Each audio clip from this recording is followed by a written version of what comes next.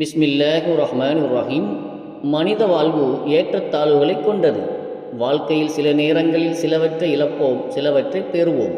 ஆனால் ஒரே ஒரு இறைவனின் அருள் மட்டுமே இழந்தால் மீண்டும் பெற முடியாமல் போய்விடுகிறது.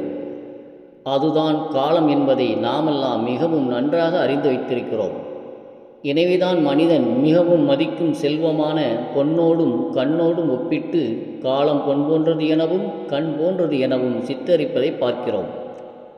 பல நாட்கள் செய்து கொண்டிருந்த பணிகளை சில நொடி பொழுதுகளில் செய்யக்கூடிய அளவிற்கு காலத்தை சுருக்கிவிட்ட நவீன உலகத்தில் தினங்களை கொண்டாடுவதில்தான் காலத்தை கழிக்கின்றனர். பெரும்பாலோர் அனுதினமும் ஏதாவது ஒரு பெயரில் தினங்களை கொண்டாடும் மனிதர்கள் இந்த காலத்தை உரிய வகையில் பயன்படுத்தாவிட்டால் திண்டாடும் நிலைதான் ஏற்படும் என்பதுதான் நிதர்சனம். காலத்தின் சுழற்சியால் நடைபெறும் வருட பிறப்புகளில் கொண்டாடுவதற்கு எதுவும் இல்லை.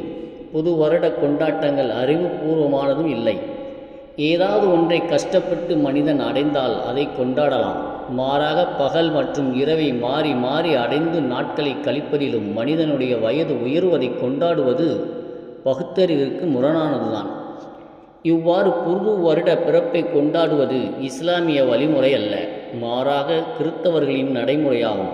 மாற்றார்களின் நடைமுறையை பின்பற்றுவதை நபிகள் நாயகம் ஸல்லல்லாஹு அலைஹி வஸல்லம் அவர்கள் வன்மையாக கண்டித்துள்ளார்கள்.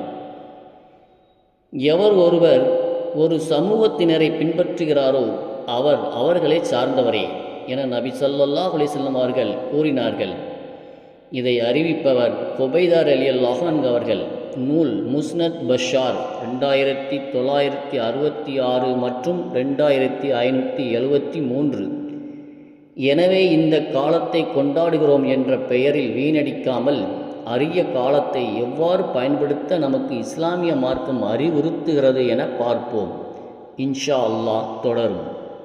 அஸ்ஸலாமு அலைக்கும்.